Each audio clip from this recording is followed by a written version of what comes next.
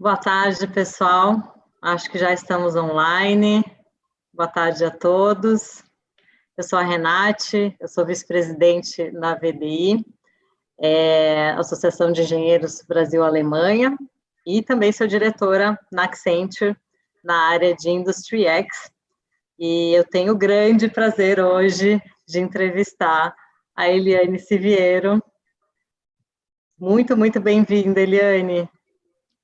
Agradeço o convite, agradeço as boas-vindas, e é um grande prazer estar aqui com você, Renate, com Johannes e com todos que estão nos ouvindo.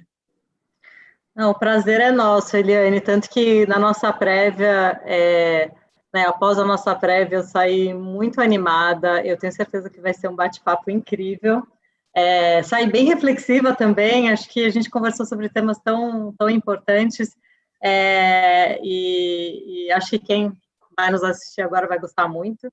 Eu quero aproveitar para dar as boas-vindas às nossas engenheiras do programa Industry for Her.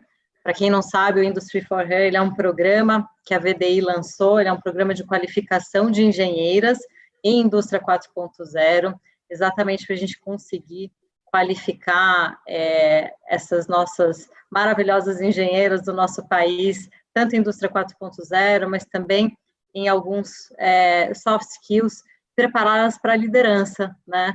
É muito bom ver o quanto a gente tem, né, de mulheres incríveis, inteligentes, dedicadas aqui no nosso país e que, sem dúvida nenhuma, podem fazer a diferença na indústria. Então, também queria dar um oi para elas, mandar um beijo, elas vão estar aqui no nosso chat do Zoom, e Eliane, vão fazer algumas perguntas para você, e que eu devo trazer aí até o final. Perfeito. E queria lembrar também, vai ser ótimo, e eu queria lembrar também que a gente tem agora no mês de outubro o nosso 12º dia da Engenharia Brasil-Alemanha, um evento muito bacana que nós estamos organizando para o dia 20 e 21 de outubro, então o QR Code está aí para vocês possam se informar melhor sobre o evento. Vale muito a pena, tem muitas pessoas incríveis que vão participar, e mesmo nesse evento nós vamos ter também aqui uma roda viva voltada ao tema de inclusão e diversidade, que vai ser um ótimo momento de discussão. Então vamos lá, Eliane, vamos começar essa nossa conversa, e acho até para as pessoas te conhecerem um pouquinho melhor, queria começar te perguntando o que influenciou a sua decisão de se especializar em direito empresarial, até que, assim, muito, muito interessante ressaltar que você não é engenheira, né? Mas que você, hoje, como CEO, olha para praticamente todas, né? Aliás, praticamente não, todas as funções da empresa, e que é um tema que certamente também está na sua agenda. Perfeito, Renata, muito obrigada pela pergunta e pelo esclarecimento de que não sou engenheira, sou advogada, e vou explicar um pouquinho aí para vocês, antes de tudo, por que decidi especializar em direito empresarial, mas antes disso eu peço a licença aí para voltar um pouquinho no tempo, Renate, só uns 30 anos mais ou menos. Vamos! Eu prometo resumir em poucos minutos, prometo mesmo, né? Acho que é importante essa introdução para que vocês consigam entender o que me influenciou realmente, inicialmente, a me dedicar à carreira jurídica, para depois migrar para a carreira executiva administrativa. Então, vamos começar.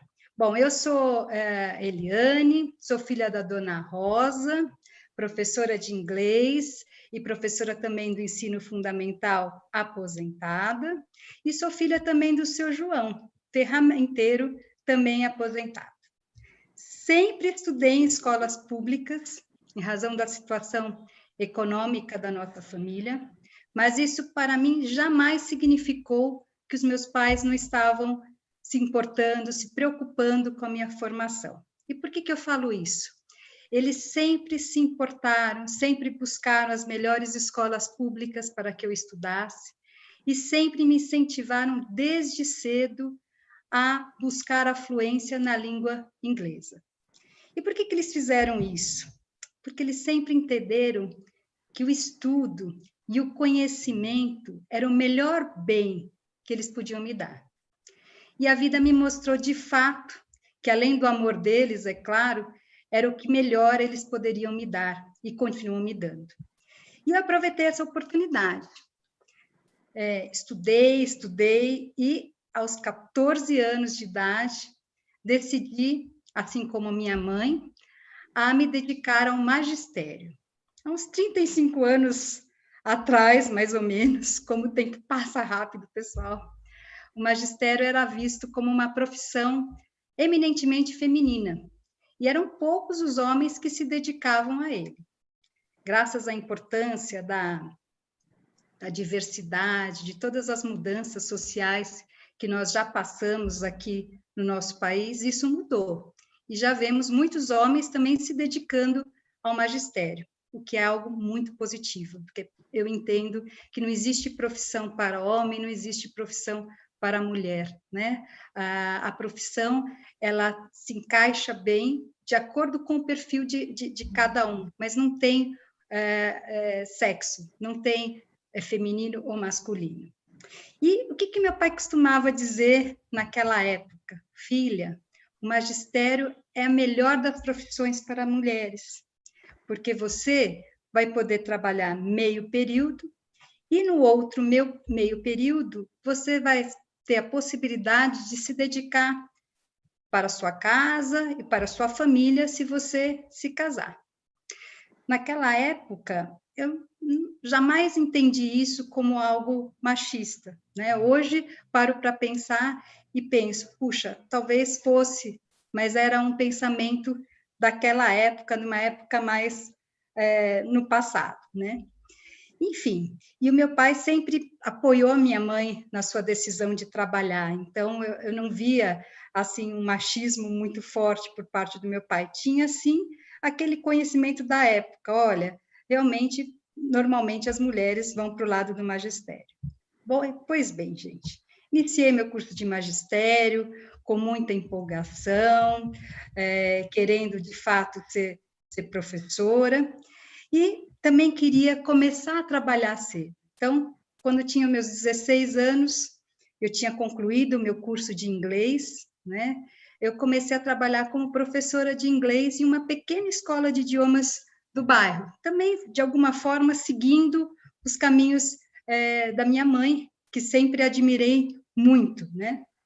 Só que, com o passar do tempo, eu fazia o magistério, eu fazia os estágios obrigatórios do magistério e eu trabalhava dando aulas de inglês.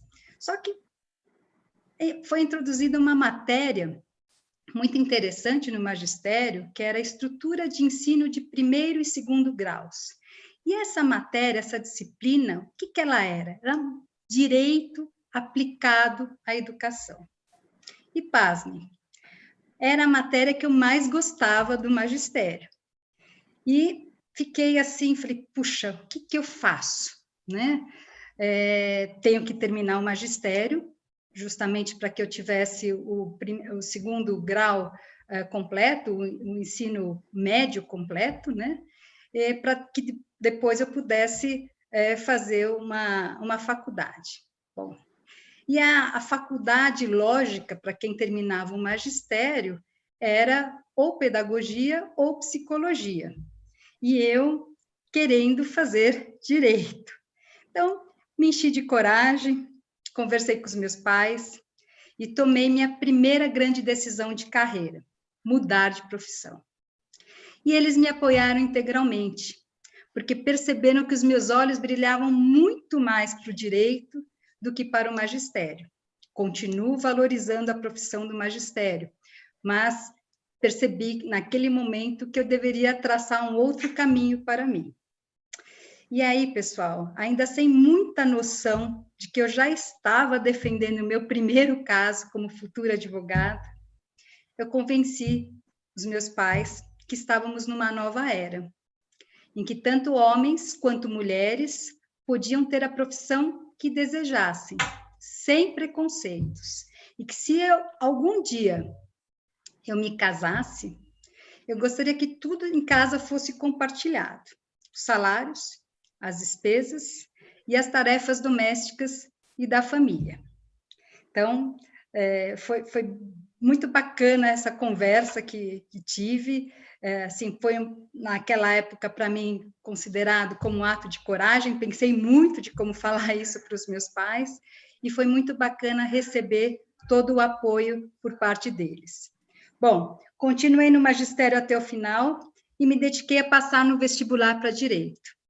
Naquela época, eu sabia que as minhas chances de passar no vestibular eram muito reduzidas por 2 motivos. Primeiro, porque eu sempre havia estudado em escola pública, em que o ensino, infelizmente, é mais fraco. E segundo, porque o fato de eu estudar um curso profissionalizante me tirou a possibilidade de contato com diversas disciplinas do colegial, que era chamado naquela época, que eram essenciais para o vestibular. Então, o que eu fiz? Fiz a minha primeira estratégia, né, para passar no vestibular.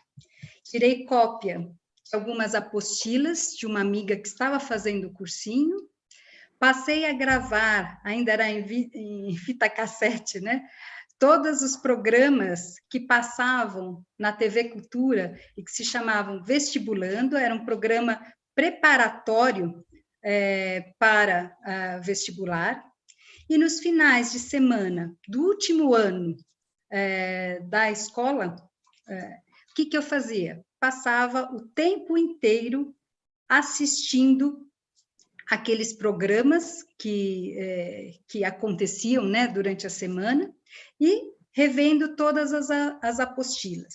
Então, como é que era a minha rotina? De manhã eu ia para o magistério, à tarde eu fazia os estágios obrigatórios do magistério, e à noite trabalhava na escola de inglês. Finais de semana estudando o tempo inteiro, durante a semana, o tempo inteiro tomado com as minhas atividades, e costumava estudar todos os dias, mais ou menos até 1h30 da manhã. E foi assim, pessoal, que eu passei em vários vestibulares, tendo optado, no entanto, por estudar na Universidade Mackenzie. Foram 5 anos mais felizes de minha vida na escola. Como eu sentia prazer de estudar e de fazer os estágios. Lá eu percebi também que somente a teoria não me levaria a ter um lugar no mercado de trabalho. Percebi que era necessário fazer um estágio. Então, por isso, a partir do 2º ano da faculdade, me empenhei na busca de um estágio. Comecei a estagiar num escritório de advocacia especializado em seguros. Lá fiquei por 2 anos e depois decidi mudar e ter uma experiência de trabalhar em um departamento jurídico de empresa. E por que fiz isso? Porque queria verificar se o meu perfil, enquanto profissional, era um perfil para trabalhar em escritórios de advocacia ou se o meu perfil era para trabalhar em empresa. Fui muito feliz, consegui ser aprovada no processo seletivo para estagiar na Johnson & Johnson, e lá também tive a oportunidade de ter contato com várias áreas do direito. Agora, algo importante que eu gostaria de passar para todos. Em termos financeiros, eu ganhava muito mais no escritório de advocacia do que na empresa que eu fui estagiar. E por que isso? No escritório de advocacia eu já era empregada e já tinha todos os direitos trabalhistas e trabalhava meio período. Quando eu fui trabalhar na empresa, eu passei a trabalhar em período integral e sem vínculo empregatício. Naquela época, eu me recordo que conversei com os meus pais para checar essa situação, e os meus pais foram categóricos. Filha, agora não é época de você ganhar dinheiro. Agora é época de você aprender. Então, se é uma oportunidade que você vai se desenvolver, que você vai aumentar o seu leque de atuação, agarre essa oportunidade e vá atrás dela.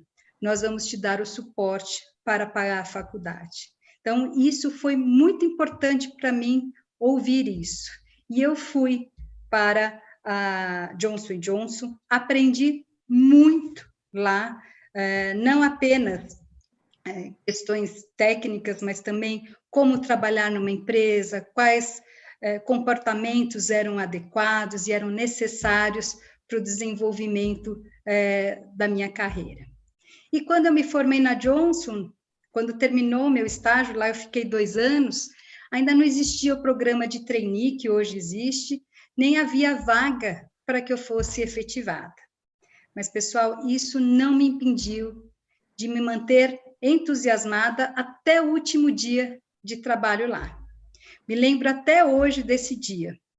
Entreguei todas as pendências resolvidas e a minha gestora da época me falou: Eliane, não acredito que você deixou tudo resolvido. Outros não teriam feito isso no seu lugar, porque não temos vagas para te efetivar. E o que me veio na cabeça naquele momento? Consciência e responsabilidade profissional. Eu já tinha naquela época. E isso me ajudou muito, porque assim que terminou o meu estágio, uma antiga gestora da Johnson saiu da empresa para ser responsável pelo jurídico da Aventis Pharma, que hoje se chama Sanofi Aventis, e me convidou para trabalhar lá.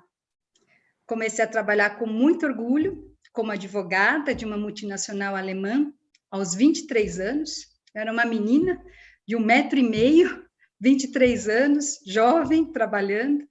E foi isso que me motivou, Renate, a me especializar em direito empresarial, uma área do direito que engloba diversas outras direcionadas à proteção empresarial.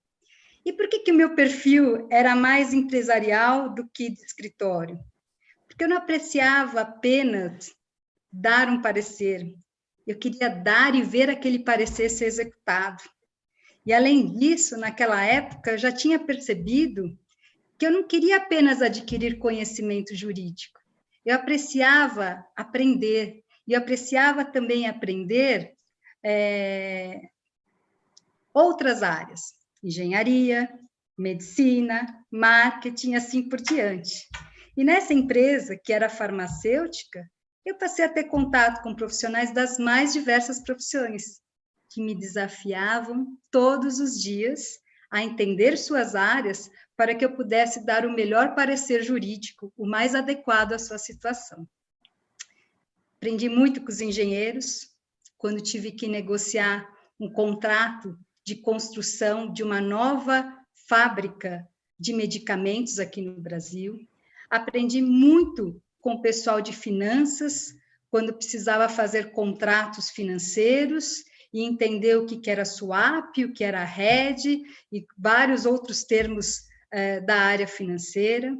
Aprendi com os médicos, que vinham me ensinar, explicar o que era um estudo clínico, que é o estudo necessário para o desenvolvimento de medicamentos e vacinas, que é tudo que a gente tem visto atualmente com a questão da pandemia.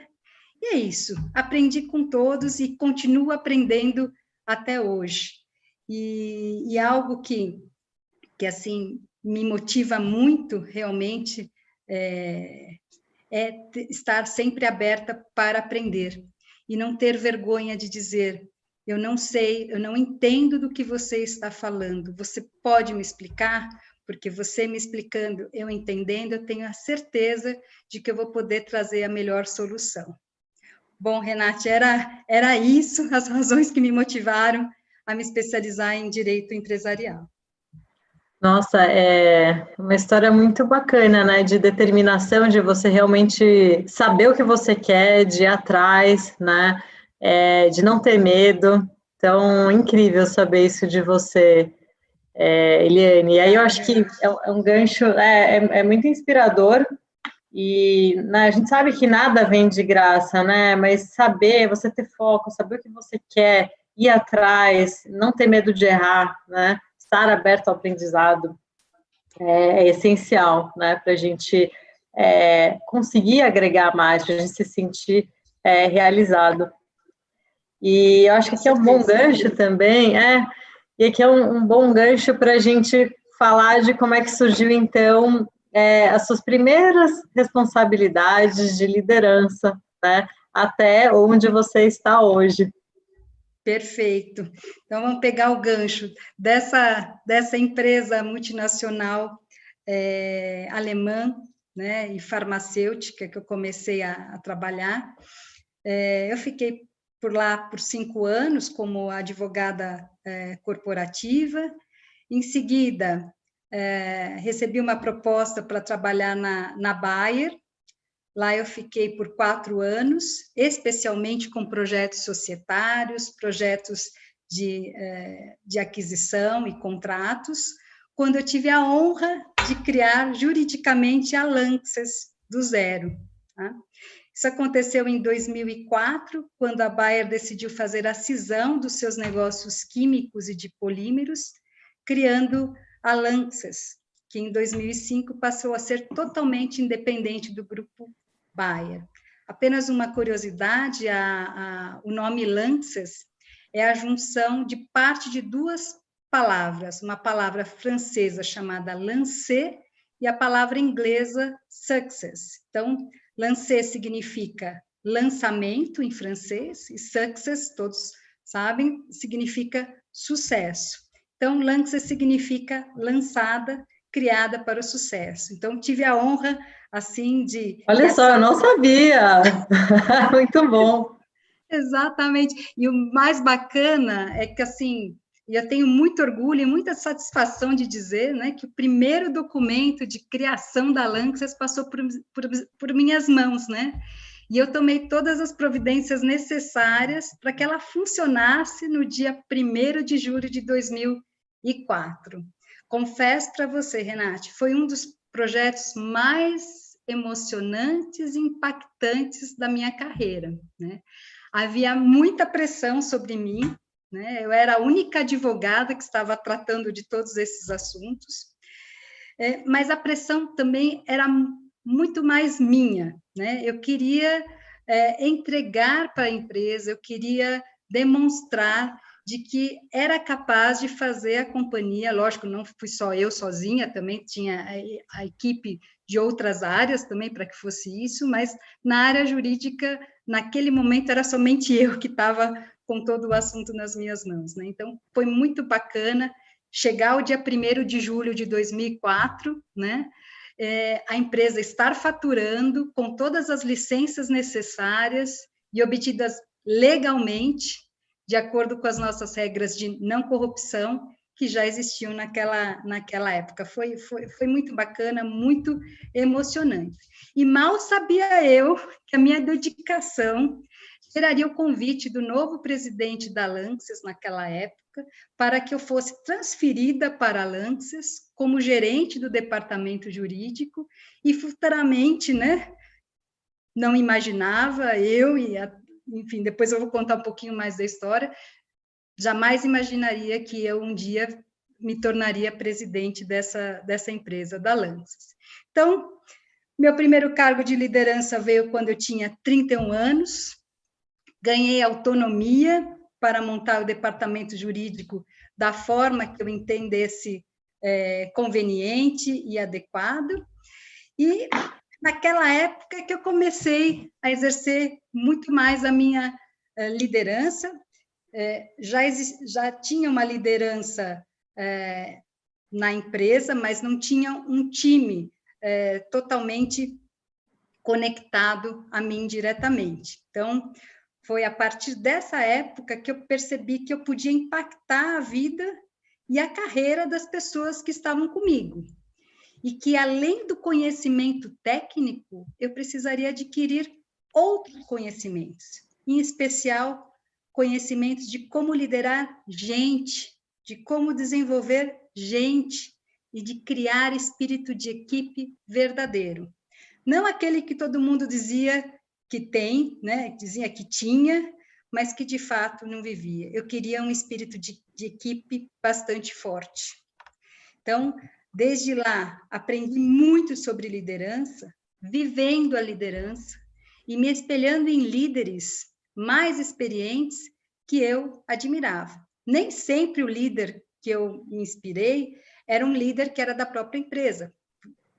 Tive líderes fora da empresa que busquei me espelhar, busquei ler, busquei conversar com muita gente, entender o que era necessário para motivar um time, né? Então, isso... Posso até fazer uma pergunta aqui, Sim, que por me deu favor. curiosidade agora, você falando que se inspirou em líderes, né, naquela época, e a gente sabe até hoje o número de líderes, né, mulheres na indústria, ele é baixo, naquela época era mais baixo ainda.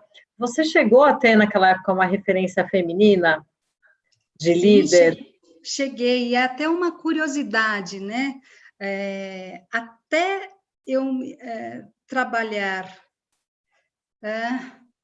todos os meus líderes, com exceção do primeiro estágio em que eu fiz, foram mulheres. Olha só que interessante, Renate, né? Nossa, que ótimo. No escritório de advocacia eram homens, na Johnson Johnson, somente mulheres, na Rex Marion Roussel, mulher, na Bayer, mulher, depois houve uma mudança para homem, porque a profissional encontrou uma nova oportunidade no mercado, e na Lanxess, eu era a própria líder do jurídico e tinha o meu presidente enquanto presidente. Mas me inspirei nos líderes também que eu tive, com certeza, né? Mas olha Legal. a curiosidade, né? Mudança de... Foi até interessante que quando eu fui fazer entrevista na Bayer, eu tive a gerente jurídica mulher e fui fazer entrevista com o CFO. E o CFO me perguntou, como é que você se sente em ter uma liderança feminina sobre você? Eu falei, puxa, eu sempre tive, né? Então, eu acho que é tudo de bom, né? É o equilíbrio entre liderança feminina e masculina. Eu entendo que elas se complementam. Sim. Muito bom. E aí, enfim, acho que na Lanxess, então, você começou a desenvolver mais o seu lado voltado a pessoas, a liderança, né? Liderança de equipes, que claramente dá para ver que é uma paixão sua, é algo que você tem dentro de você, né? Não é nem só mais uma função, mas sim algo que você gosta, que você se dedica, que você tem um talento, né? Para se comunicar, para liderar os times, e acredito que esse possa ter sido também um dos motivos para você ser convidada para o cargo de CEO da Lanxess. E essa é uma história que eu acho incrível, e adoraria se você pudesse contar aqui para quem está nos assistindo. Olha, vou contar para vocês aqui, tem muita gente na empresa, às vezes, que talvez não tenha a noção de como foi, e aí vou, assim, ser bem transparente com todos, porque acredito que dessa forma posso contribuir para o desenvolvimento e para a confiança de cada um dos nossos, aqui, o pessoal que está nos ouvindo. Bom, trabalhei no jurídico por 12 anos. Em 2016 é que eu fui promovida a presidente da companhia, quando o meu antigo chefe decidiu se aposentar. Confesso para todos que nunca almejei a posição de presidente e que recebi com grande surpresa a notícia de que meu nome havia sido indicado ao Board Global para assumir essa posição. Em um determinado dia, o meu chefe me ligou e falou, meu chefe era presidente naquela época, falou, Eliane, preciso falar 15 minutos com você, porque viajarei hoje para a Alemanha. Bom, quando o chefe fala 15 minutos, podem acreditar que são 15 minutos e que o assunto é bastante importante. Então, peguei papel, caneta, fui para a sala dele, esperando que ele fosse me pedir algum trabalho especial relacionado a algum projeto novo da companhia. Mas jamais imaginei que ele me contaria que a nossa empresa passaria por uma grande reestruturação, por mudança de estratégia, e que ele iria se aposentar dentro de 1 mês. Bom, sem falar, né, que todas aquelas mudanças que ele já tinha falado, já tinha me causado, né, uma ansiedade enorme dentro de mim, que eu, naquela época, já estava começando a acostumar a trabalhar dentro de mim, por conta de todo esse mundo VUCA que nós vivemos, né? Mas eu jamais imaginava que ele falaria que a pessoa que tinha sido indicada para assumir, para sucedê-lo, era eu. Bom, gente, ao mesmo tempo que eu fiquei feliz pelo reconhecimento do meu trabalho, que naquela época já extrapolava o campo jurídico, porque eu já liderava vários projetos na organização, e projetos que também não eram somente jurídicos, precisavam envolvimento de todas as outras áreas de serviço e também das áreas comerciais. Confesso para vocês, pessoal, fiquei paralisada e reticente se isso seria benéfico tanto para mim quanto para a companhia. Então, de imediato, expressei para ele, estou preocupada, será que eu tenho todas as competências? Será que eu tenho toda a habilidade necessária para liderar essa empresa? Nunca fui preparada para isso, né? Será que, como que os empregados, os nossos colaboradores vão reagir a isso, né? E, além do mais, eu tenho família. Como é que eu vou conseguir equilibrar, né, essa nova função com as funções e o cuidado que eu tenho com a minha família, que para mim é tão importante, né? E ele simplesmente me falou, você está preparada para o desafio? Vou viajar agora para a Alemanha para formalizar a sua indicação, você vai precisar passar por entrevista com o board, então o resto é com você, a escolha será sua. E ele foi embora. E eu fiquei lá na sala por alguns instantes pensando, né? Puxa, o que eu vou fazer?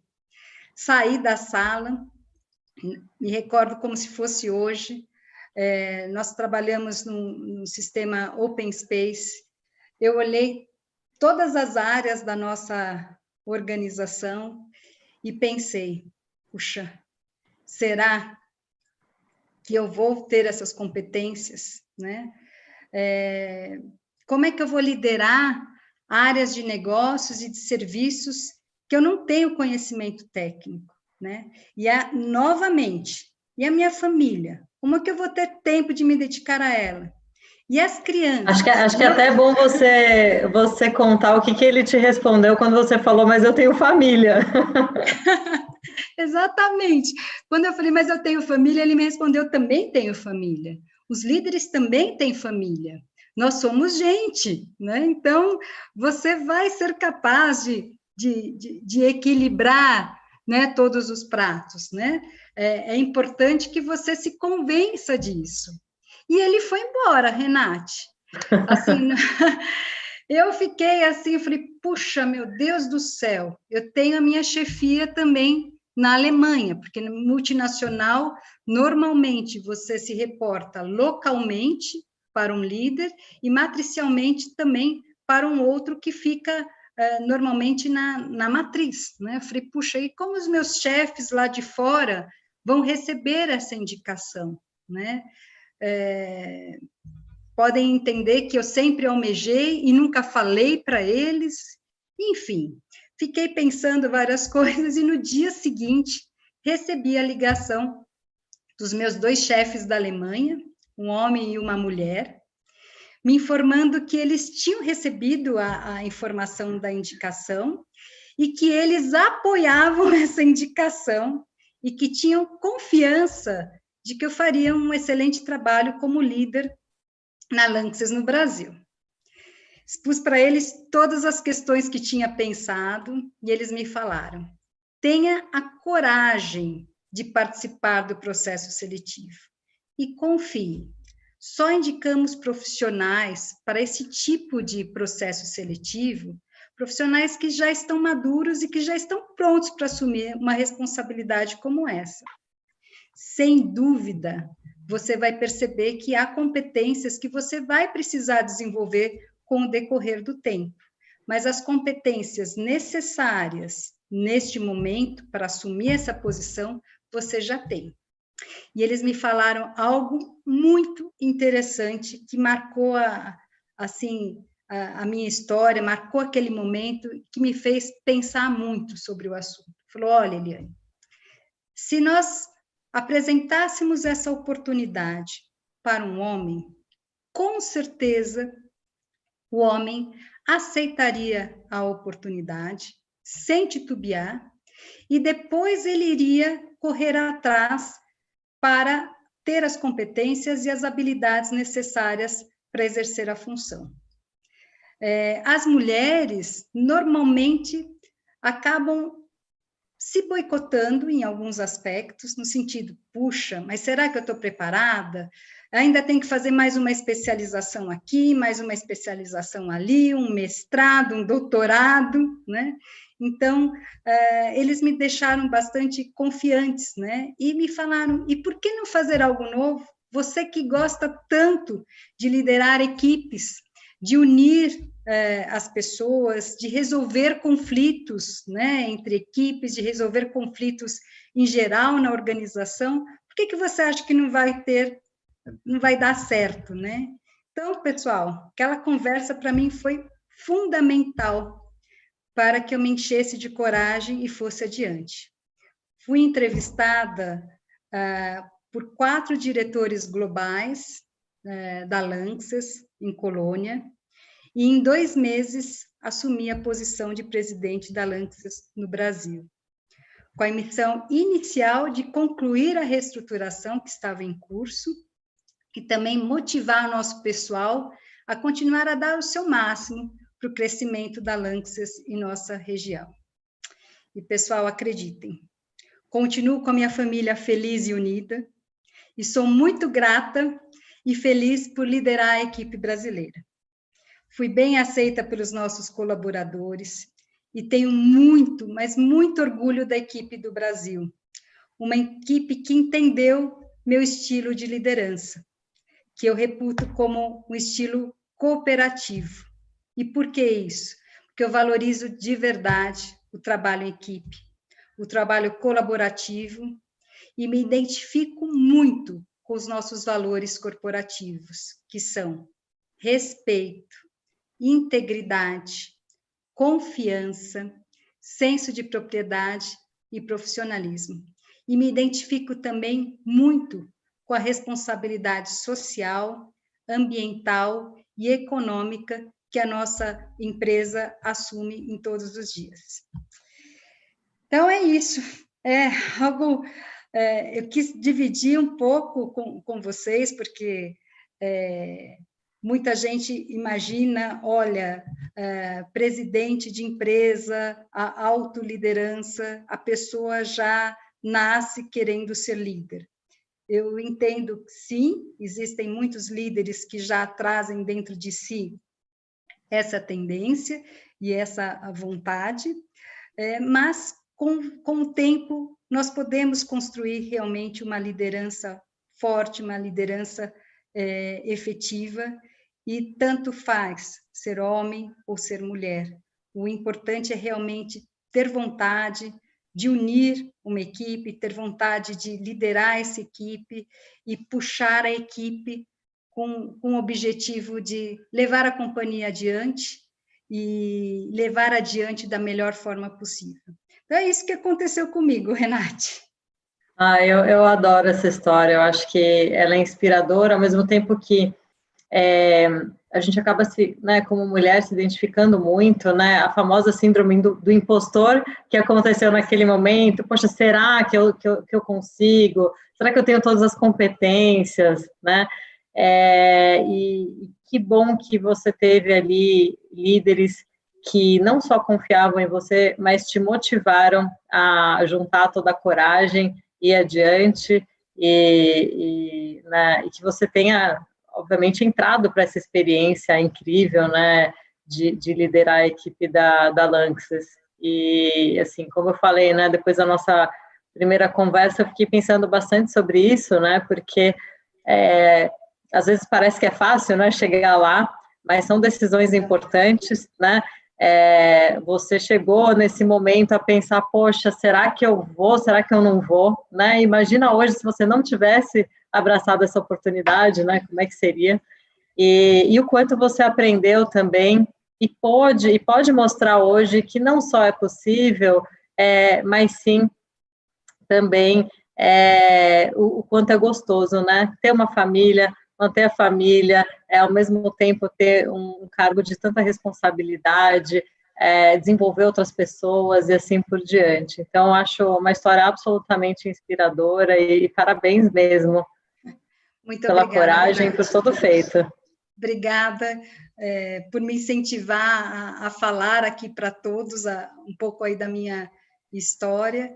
E no final, que eu chego à conclusão, nós temos uma única vida, né? Então, nós temos que buscar ser felizes nessa única vida, né? A gente tem papéis diferentes, mas é muito importante que a gente consiga equilibrá-los e ter sucesso nas duas esferas. E, sem dúvida, minha opção foi por ter família, mas não significa que todas, né, e todos também tenham que ter essa mesma opção. O que eu vejo é que o importante é buscar ser feliz no campo pessoal e no campo profissional. E uma felicidade muito grande, ela vem para nós quando a gente tem o prazer de desenvolver pessoas, o prazer de incentivar profissionais a darem o melhor de si, enfim, e de serem felizes nos dois aspectos da vida. Muito bom.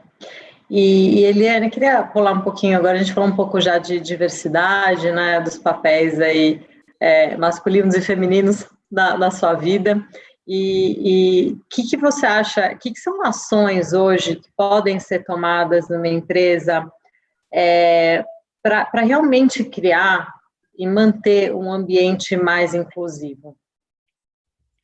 Olha, antes de tudo, eu acho que as empresas já têm muito claro para si que quanto mais diverso e mais inclusivo o seu ambiente de trabalho for, melhores os resultados, tanto para o ambiente corporativo, né, a saúde do ambiente corporativo, quanto para os resultados da empresa. Então, eu entendo que como medidas, né, para que haja a diversidade, enfim, as empresas devem não fazer uma discriminação, olha, eu quero homem, eu quero mulher, enfim, num processo seletivo. Acho que é importante que haja a possibilidade dos dois gêneros participarem em condição de igualdade, tanto é que normalmente peço para o RH, quando tem que fazer uma seleção, que os finalistas sempre sejam um homem e uma mulher, e que nessa seleção seja escolhido aquele que apresentar mais habilidades, mais competências, tanto comportamentais quanto técnicas. Além disso, vejo que é importante que a flexibilidade seja dado para ambos os gêneros, tanto homens quanto mulheres. Flexibilidade, eu digo, por exemplo, de horário, de jornada, de home office. Por exemplo, na nossa organização, já há muitos anos, sempre concedemos a possibilidade de tanto o homem quanto a mulher, depois do período de licença maternidade, permanecer em casa, em regime de home office integral, para cuidar do seu filho. Então, acho que quando a gente dá esse benefício igual para ambos os gêneros, também tira aquela certa preocupação do líder, falou, puxa, não vou contratar mulher, porque mulher pode engravidar, e aí, se ela engravidar, eu vou ficar sem a profissional.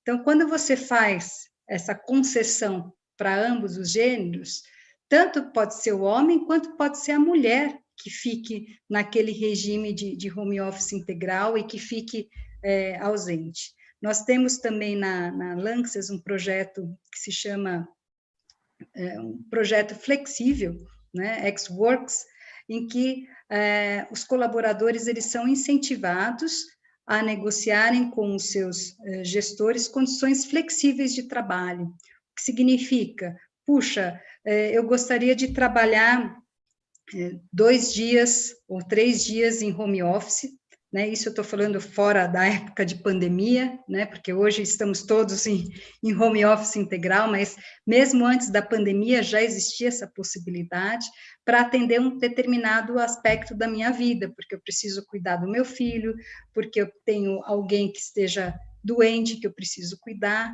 Então, essa flexibilidade sempre foi concedida. Então, eu acredito que quanto mais flexibilidade nós dermos, sem dúvida, também temos que ter a confiança de que a produtividade não cairá.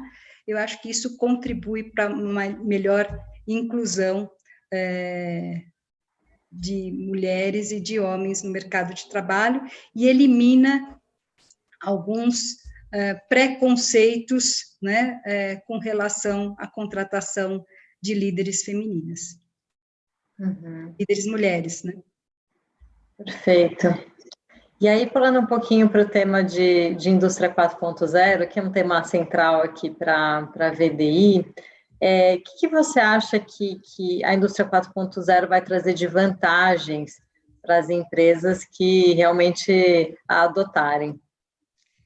Bom, primeiro de tudo, a indústria 4.0 na indústria química significa digitalizar os nossos ativos, né? Então, para as empresas que acertam, isso pode gerar enormes vantagens competitivas, né? Incluindo maior confiabilidade e desempenho dos nossos ativos e controles aprimorados do processo, que leva a uma melhor qualidade, redução de custos e melhores métricas de segurança em todos os aspectos. Vejo também que, ao utilizarmos inteligência artificial e machine learning, podemos reduzir consumo geral de energia, identificar gargalos e alertas sobre falhas em equipamentos, enfim, tudo de forma mais rápida e eficaz. Então, eu vejo que a digitalização somente traz vantagens competitivas. Aquelas empresas que não embarcarem na digitalização correm um risco de morrerem, né, em determinado momento. Então, acho muito importante. Confesso para vocês que passei a ouvir muito mais de digitalização a partir do momento em que assumi a posição de presidente, e aí ouvi, confesso também, em reuniões em 2015 e 2016 na Alemanha, porque lá o processo já está muito mais avançado, e fui convencida de que devemos, de fato, nos debruçar sobre esse tema, sob o risco de não estarmos aqui dentro de alguns anos, se não acompanharmos essa tendência que veio para ficar. E se a gente parar para pensar nesse momento aqui de pandemia, né, como que nós estaríamos aqui, né, trabalhando em home office, o pessoal administrativo, se nós não tivéssemos as empresas voltadas para a digitalização, né? Hoje nós estamos aqui falando num webinar porque temos instrumentos, temos empresas que se dedicaram a propiciar essa possibilidade, né? Ter as aulas online, a educação, né? Era muita coisa que estava represada, a pandemia veio a acelerar. Então, particularmente, não vejo mais retorno. Se a gente parar para pensar, tudo que nós passamos a comprar, né, via internet, as aulas, as nossas conferências, e no caso da Lanxess, nós precisamos também nos reinventar. Nós fazemos vendas de produtos que requerem bastante assistência técnica, bastante envolvimento da nossa equipe de vendas com o cliente para fazer os testes, para demonstrar como o nosso produto funciona. e aí, da noite para o dia, deixamos de fazer essas visitas. E como que nós fizemos? Fizemos por meio de conferências, buscamos trazer oportunidades para o cliente e sem deixar de visitá-lo, porque essa visita é muito importante, porque assim, o que está no nosso DNA nós não vendemos somente o produto, nós vendemos a solução para o nosso cliente. Então, não tem como ter um retorno, né? Voltarmos para trás, né? Enfim, tem muita coisa. Na Alemanha, também nós temos uma empresa que se chama Chemondes, que foi criada pela Lanxess, em que é um marketplace de produtos químicos, né? Então, muito trabalho, muito envolvimento sendo feito, né, para que essa empresa funcione, e está funcionando muito bem, tem vendido muito bem, e estamos conseguindo atender as demandas dos nossos clientes também com essa empresa Chemondes. Então, é algo que não tem volta. Agora, o importante é a gente sempre ter uma mentalidade digital, transformação digital. Não significa que a gente tem robôs, que a gente tem inteligência artificial e que ela vai competir com as habilidades do ser humano. Não, eu vejo como algo complementar. Eu entendo que nós devemos deixar de fazer tarefas repetitivas, tarefas longas, e que possam ser feitas pela inteligência artificial. Mas haverá sempre a necessidade da conjugação da inteligência humana e da inteligência artificial para os melhores resultados. Isso eu não tenho dúvida, Renate. Muito bom. E que tipo de skills vocês estão buscando agora para compor a transformação digital na Lanxess? Nós buscamos perfis criativos, cooperativos, investigativos, que estejam prontos para o novo. Nós temos, inclusive, a nossa fórmula Lanxess, que fala, né, que um dos nossos princípios é pense novo, haja rápido. Então, agilidade, criatividade, vontade de aprender, de testar o novo. Nós, inclusive damos oportunidade de erros também, porque quando a gente vai para uma mentalidade um pouco mais startup, uma mentalidade em que queremos fazer algo novo, nós temos que nos dar a oportunidade também de errarmos, né? Então, é esse tipo de perfil que nós temos buscado para a nossa transformação digital. E quero te dizer que temos aprendido muito, nós temos digital drivers aqui na organização, tem 2 colegas nossos que se dedicam aqui integralmente, que é o Robert Madersdorf e o Hans Klassen, que são os nossos digital drivers aqui no Brasil, e nós temos também, na Alemanha, uma área que se chama Digital Lanxess, DLX, que é totalmente focada nesse assunto de transformação digital e que tem trazido muita inovação para nós e, principalmente, o desejo da organização de que temos que mudar mindset. Vamos para o digital, não tem mais retorno. Significa que vamos tirar empregos porque vamos colocar o Digital Transformation? Não. Significa que vamos motivar os nossos colaboradores a terem essas novas habilidades e essas novas competências. Perfeito. E até no início você mencionou, né, muitos skills que são soft skills, mas que são tão essenciais, né? Eu acho que sem isso não tem como a gente entrar na era da transformação digital. Super bem colocado. E, Eliane, a gente já está quase chegando ao fim, mas eu acho que seria muito bacana ouvir de você como é que é a Eliane no dia a dia, né? Fora do trabalho, como é que você balanceia um pouco, né, as responsabilidades do trabalho, com a família, o que você gosta de fazer? Bom, o que eu mais gosto de fazer em casa é estar com os meus 3 filhos, de idades assim bem diferentes. Eu tenho o Paulo, que tem 12 anos, o João Pedro com 7 anos e a Ágata com 2 aninhos apenas. Então, assim, curto muito estar com eles, com meu marido, com os meus pais, que graças a Deus estão vivos, estão saudáveis, e espero assim que fiquem conosco por muitos e muitos anos. Então, eu tenho bem esse olhar família, gosto de brincar, gosto de fazer ginástica com todo mundo, inclusive agora durante a pandemia, pegamos os sábados, porque entendemos que é o horário mais tranquilo que a gente tem para fazer ginástica, para colocar essa a energia da moçada aí um pouco aí para gastar um pouquinho deles.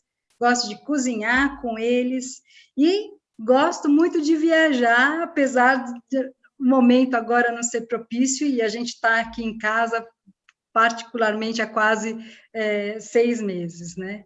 Então, tenho esse gosto e essa alegria, né, de estar com a família, de ver filmes.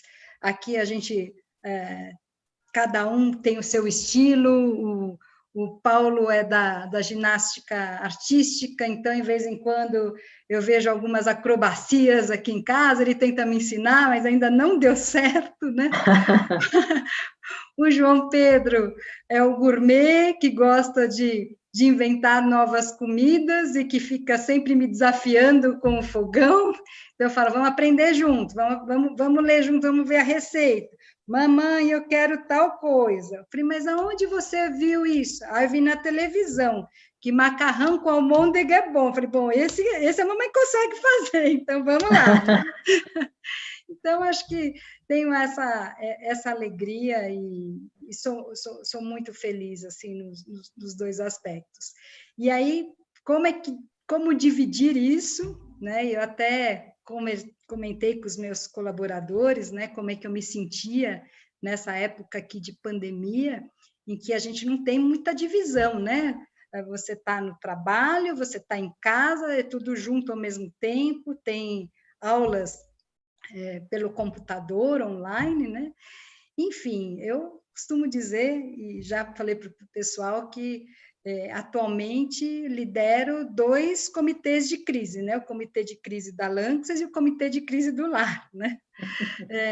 Que é justamente dividir as atribuições com todo mundo aqui e achar uma solução para que todos estejam bem ao mesmo tempo, né? Quem está na escola, que esteja na escola, que tenha o apoio nosso, eu com as reuniões do trabalho, com todos os desafios que eu tenho, meu marido também, nós nos dividimos bastante nessas atribuições aqui do lar, mas, enfim, é isso. Mas todo esse período que gerou para mim foi muito sentimento de empatia, né?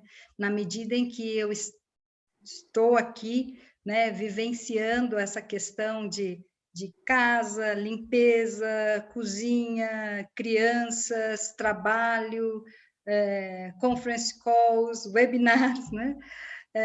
Os meus colaboradores também estão. Então, foi muito bom eu passar por isso, para sentir quais são as dificuldades que cada um está tendo na sua casa, e isso nos ajudou muito também a tomar decisões do que nós deveríamos conceder para os nossos colaboradores nesse período, para aliviar essa tensão e propiciar melhores condições de todos trabalharem. Né? Mas é isso. A Eliane é dessa forma.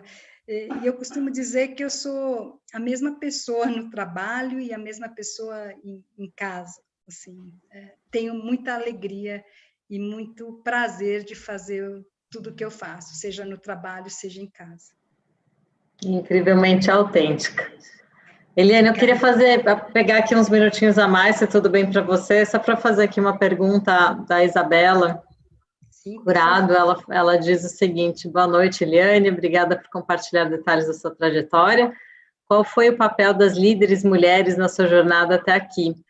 Qual a visão sobre mentorias para orientação de novas líderes? Eu aprecio muito a mentoria para orientação de novas líderes. Já trabalhei e continuo trabalhando como mentora de novas líderes. Na Lanxess nós temos um programa formal de mentoria, mas para mim esse programa formal é muito importante, porque a gente foca com o pessoal de dentro para estimular e motivar as líderes mulheres a assumirem esse protagonismo na liderança, mas confesso para vocês que também trabalho fora e também tenho mentoras, né? Eu me recordo que quando eu fui assumir essa posição de presidente, eu recorri a uma amiga minha e falei, puxa, você que tem a mesma profissão que a minha, você que enfim, é mulher, que tem família, me conta qual que seria a sua atitude no meu lugar, vamos trocar ideias, né? Quais competências você entende que são necessárias, habilidades, e foi muito bom poder compartilhar e receber também as impressões dela, que me motivaram ainda mais a assumir a posição. Então, eu tenho enorme prazer de fazer isso e confesso para vocês, existe um crescimento mútuo, tanto de quem dá a mentoria, quanto de quem recebe. A gente aprende muito. Eu sou totalmente a favor, e eu acho que as mulheres, assim como os homens, precisam se unir nessa tarefa da liderança e um buscar apoiar o outro, né, nas incertezas ou nas trocas de ideia, porque isso é muito importante. Trocar ideia com alguém, receber uma opinião, jamais deve significar fraqueza. Muito pelo contrário. Eu entendo que é uma força. Na medida em que você se apodera, na medida em que você analisa mais de uma perspectiva e troca ideias, você se fortalece e você tem a certeza de que aquela decisão que você iria tomar é a correta. Então, eu incentivo e acho bastante válido. Muito bom. Bom, enfim, a gente chegou ao fim do nosso papo. Tinha tanta coisa mais para falar, mas, olha, foi um prazer, Eliane. É muito gostoso ouvir sua história, sua trajetória. Traz muita inspiração para todos e para todas. Então, gostaria de te agradecer aqui também em nome da VDI pela sua participação, por se abrir para a gente aqui, e espero muito manter contato. Fica à vontade também para fazer suas considerações finais. Da mesma forma, eu gostaria muito de agradecer a oportunidade, busquei ser assim o mais autêntica possível e abrir vários aspectos pessoais e profissionais, mas tenho a certeza que fiz com muito prazer, com o objetivo de dar um suporte para todos que estão nos assistindo. E a minha mensagem final acho que a gente tem que ter, daqui a alguns 20, 30, 40 anos, quando a gente olhar para trás, eu acho que o importante é a gente ter aquela sensação, puxa, fiz tudo o que eu queria fazer na vida, né?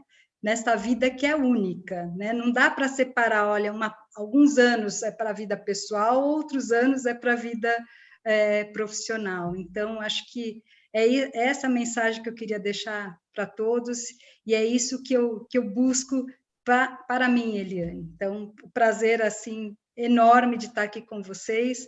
Muito obrigada pelo convite, e espero que todos e todas aí se desenvolvam cada vez mais nas suas carreiras, com muita felicidade. Maravilha, nossa, que gostoso esse papo.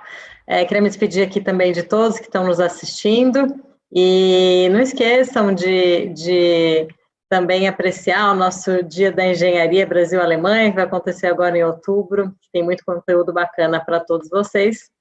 E boa noite, Eliane, um grande beijo e até breve. Boa noite, até breve, muito obrigada. Tchau, tchau. Tchau, tchau.